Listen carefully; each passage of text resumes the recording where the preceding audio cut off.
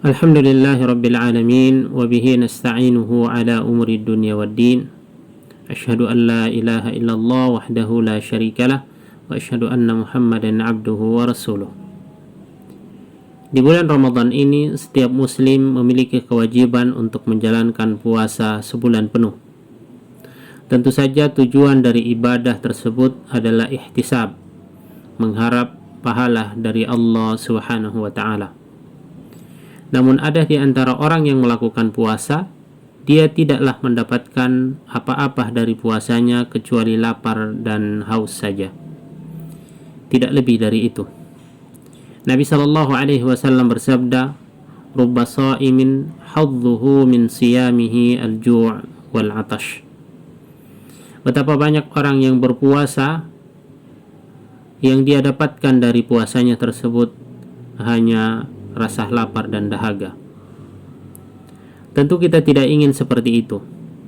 Untuk itu, kita perlu mengetahui apa penyebabnya, apa saja yang membuat puasa seseorang bisa sia-sia, tidak mendapatkan pahala di sisi Allah Subhanahu wa taala. Di antara penyebab itu adalah yang pertama, berkata dan berlaku dusta.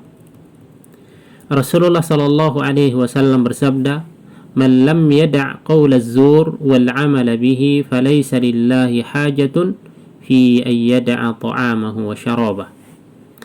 Barang siapa yang tidak meninggalkan perkataan dusta dan berlaku dusta, maka Allah tidak butuh darinya untuk menahan rasa lapar dan hausnya. Al-Imam As-Suyuti mengatakan bahwa az-zur atau al-qaul az-zur, berkata dusta, adalah seperti memfitnah orang lain. Sedangkan berlaku dusta artinya melakukan perbuatan keji yang merupakan konsekuensi dari perkataan dustanya tersebut. Yang kedua, di antara hal yang bisa membuat puasa seseorang sia-sia, tidak berpahala di sisi Allah Subhanahu wa taala, adalah berkata yang sia-sia, berkata yang tidak manfaat, dan berkata-kata yang kotor. Dari Abu Hurairah radhiyallahu anhu, Rasulullah sallallahu alaihi wasallam bersabda, "Laisa as-siyamu minal akli wasyurb, innama as-siyamu minal lagwi warrafath. Fa in sabbaka ahadun aw jahula 'alaika faltaqul inni sha'im." Puasa bukan hanya menahan makan dan minum saja. Akan tetapi puasa adalah dengan menahan diri dari berkata sia-sia dan kata-kata kotor. Apabila ada seseorang yang mencelamu atau berbuat usil padamu, katakanlah padanya, "Aku sedang berpuasa, aku sedang berpuasa." Hadis riwayat Ibnu Majah dan Al-Hakim. Itulah di antara perkara yang bisa membuat amalan seseorang menjadi sia-sia tanpa pahala. Betapa banyak orang yang masih melakukan seperti ini, begitu mudahnya mengeluarkan kata-kata dusta, kata-kata kotor, kata-kata yang tidak bermanfaat, menggunjing orang lain dan sebagainya. Ibnu Rajab Al-Hambali mengatakan, "Ketahuilah, amalan taqarrub, mendekatkan diri kepada Allah Subhanahu wa taala dengan meninggalkan berbagai macam hal yang dilarang seperti syahwat